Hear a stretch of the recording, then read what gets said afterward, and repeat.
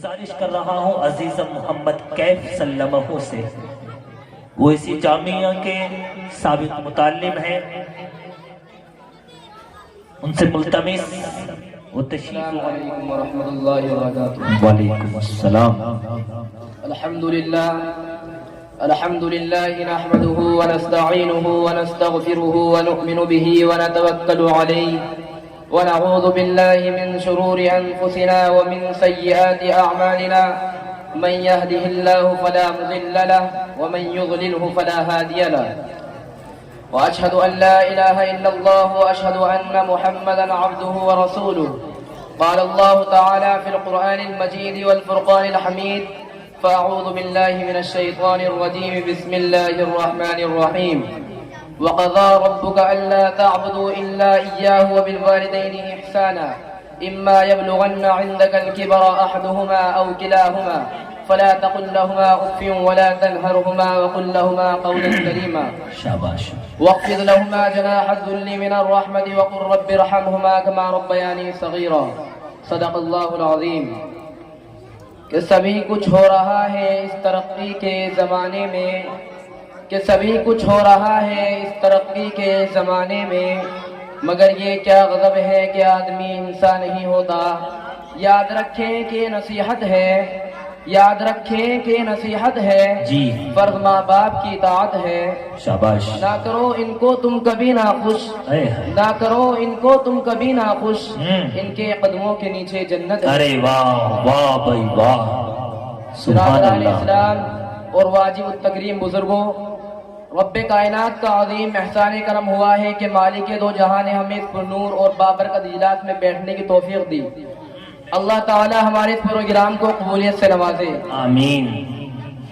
اس متبرک محفل میں مجھے حقوق والدین پر خطاب کرنے کا موقع ملا، اس لیے میں چند منٹ اس عنوان پر گفتگو کروں گا۔ امید ہے کہ سنجیدگی کے ماحول کو برقرار رکھیں گے۔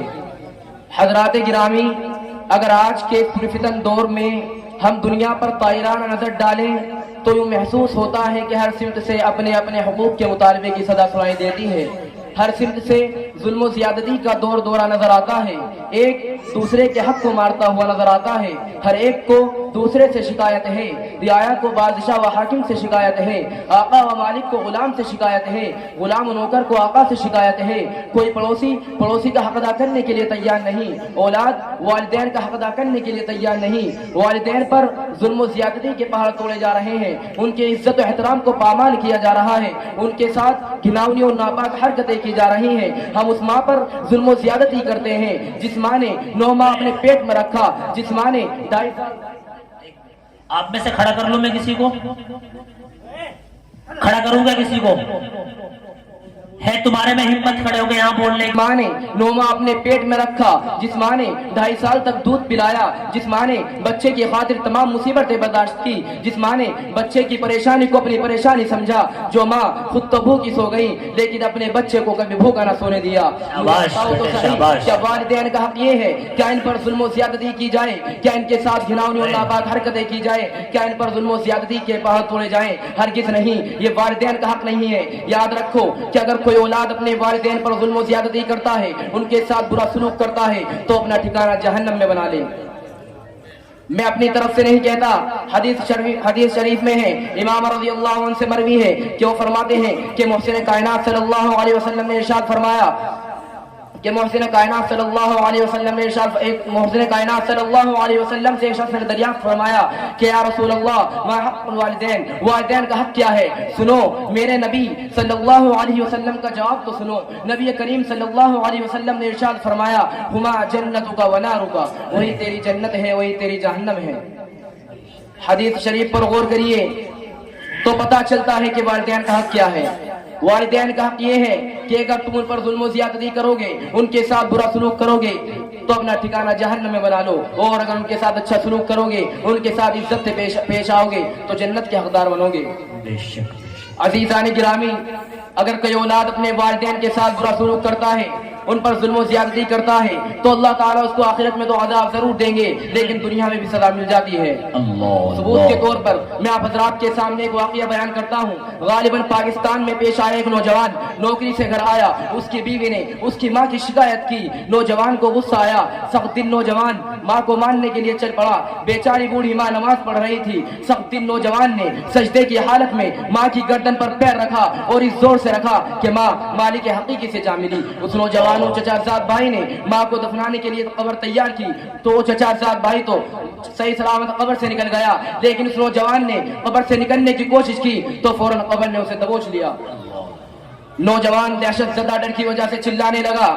بہت سے لوگوں نے اسے لگانے کی کوشش کی، لیکن کسی کی بھی کوشش کامیاب نہ ہوئی۔ بہت سے لوگوں نے اس کے لیے دعا کی، لیکن کسی کی بھی دعا کارگر نہ ہوئی۔ آخرکار نوجوان تڑپ تڑپ کر مر گیا۔ جب اس کی بیوی کو اس واقعے کا پتہ چلا تو رو رو کر بیان کرنے لگی کہ دوشی اور خطاکار تو میں ہوں، میں نے ہی ماں کے خلاف زہر اگلا تھا۔ پھر سارا واقعہ بیان کیا۔ آدمی کے پاس سب کچھ ہے مگر ایک تنہا آدمیت ہی نہیں۔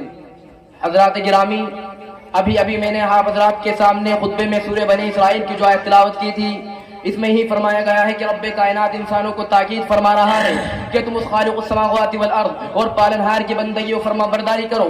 پھر فرمایا کہ وبالوالدین احسانا، کہ والدین کے ساتھ اچھا سلوک کرو۔ اسی پر اکتفا نہیں کیا بلکہ آگے اور ارشاد فرمایا اما یبلغن عندک الکبر احدهما او کلاهما فلا تقل لهما اف ولا تنهرهما وقل لهما قولا کریما، کہ اگر تمہارے والدین میں سے کوئی یا دونوں بڑھاپے کے عالم کو پہنچ جائیں تو ان کو اف بھی مت کہنا اور ان کو جھڑکو مت، اور ان کے سامنے خوب عزت و احترام سے گفتگو کرنا اور ان کے آگے عاجزی کی بازو بچھا دینا اور ان کے لیے یہ دعا کرتے رہنا ارحمہما کما ربیانی صغیرا، اے اللہ ان دونوں پر رحمت کی برسات فرما جیسا کہ ان دونوں نے مجھے چھوٹے پن میں پالا ہے۔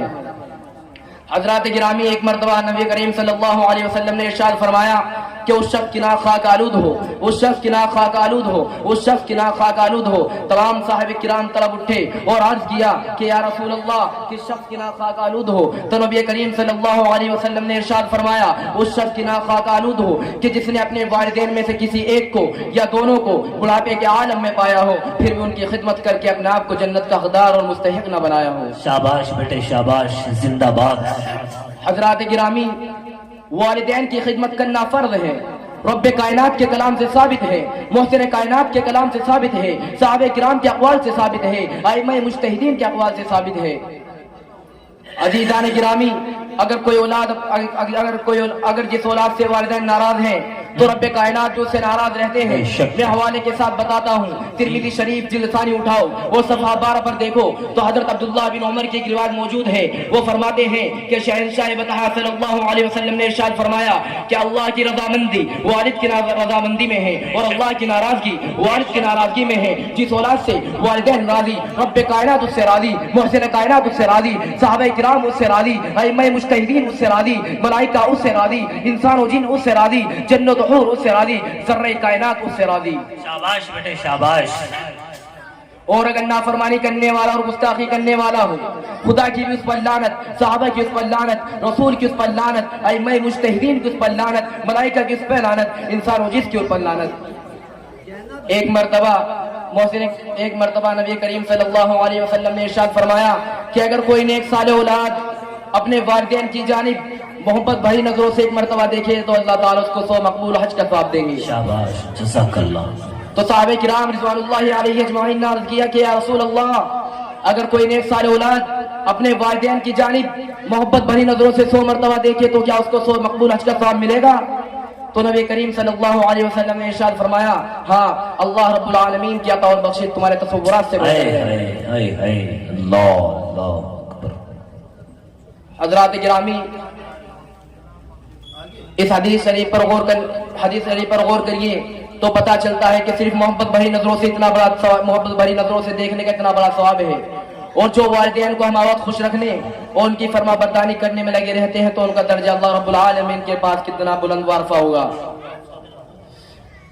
اور ایک بات میں آپ کے گوشے گزار کر دینا مناسب سمجھتا ہوں کہ والد کے ماں کا حق باپ کے حق کے مقابلے میں زیادہ ہے، اور کیوں نہ ہو جو مقام اللہ نے ماں کو عطا کیا وہ باپ کو عطا نہیں کیا۔ ماں بچوں کے لیے تکالیف و مصائب برداشت کرتی ہے، ماں بچوں کے لیے تمام تکالیف برداشت کرتی ہے، ماں بچوں کے لیے نیند قربان کر دیتی ہے، ماں بچوں کے لیے سردی قربان کر دیتی ہے، جو باپ نہیں کر سکتا۔ اس لیے نبی کریم صلی اللہ علیہ وسلم نے ماں کو باپ پر فوقیت دی ہے۔ بخاری شریف ثانی میں یہ حدیث صفحہ 883 پر موجود ہے۔ شکریہ دوست، بہت اچھا۔ میں اپنی بات کو یہیں ختم کرتا ہوں۔ اللہ تعالی ہم سب لوگوں کو ماں باپ کی خدمت کرنے کی توفیق عطا فرمائے۔ وما علینا الا البلاغ۔